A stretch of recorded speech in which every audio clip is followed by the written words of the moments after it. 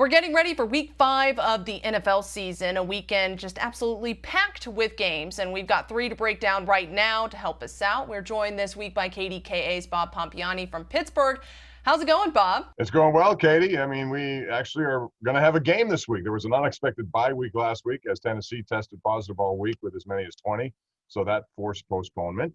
The Steelers' schedule has been revamped, so we're excited to see a game actually at Heinz Field, and it will contain fans, believe it or not, for the first time this year. A return to football for many people in Pennsylvania. Bob, let's start with that game. The Steelers, an in-state matchup this week with the Eagles coming to town. How do you see this game playing out? Well, it's a tough one for Philadelphia. They've been riddled with injury, as you know, and they played out in San Francisco, got a very good win for them, considering, flying cross country is never easy, but they did it by being opportunistic.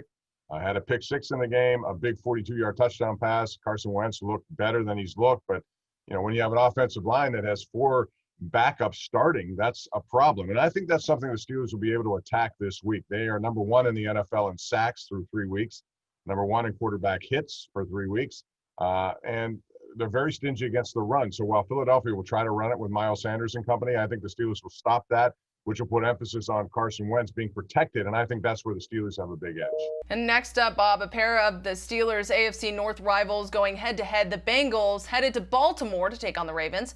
Who do you think is going to win that game and how? Well, Katie, I would think that Baltimore, obviously at home, they're a better team right now. Cincinnati is in the embryonic stages of Joe Burrow, but he's looked good.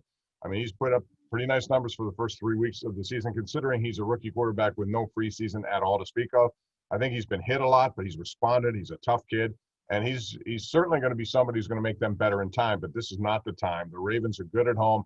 The Ravens showed me something last week with the win over Washington. After that really tough game against Kansas City, they could have come out flat against Washington. They did not. I expect them to win, but I think Cincinnati is improving. And then the final piece of the puzzle, or the AFC North puzzle, I should say, the Cleveland Browns hosting the Indianapolis Colts Sunday. Both teams sitting at 3-1 after the Browns took down the Cowboys last week. Bob, who do you think moves to 4-1? I'm going to go with the Colts here, and I'm only doing that because Cleveland's 3-1 for the first time, Katie, since 2001, which is impressive, and they certainly have a lot of talent. They scored a ton of points in that Dallas game, but their defense has given up a lot, and I think Indianapolis will score on that defense. I think Indy's defense is good enough to shut down to some degree Baker Mayfield and his team. So I'm looking for the Colts to go on the road and win that game. It's been a very difficult AFC North so far. You compare that to the NFC East, where they're 3-12-1, I think collectively.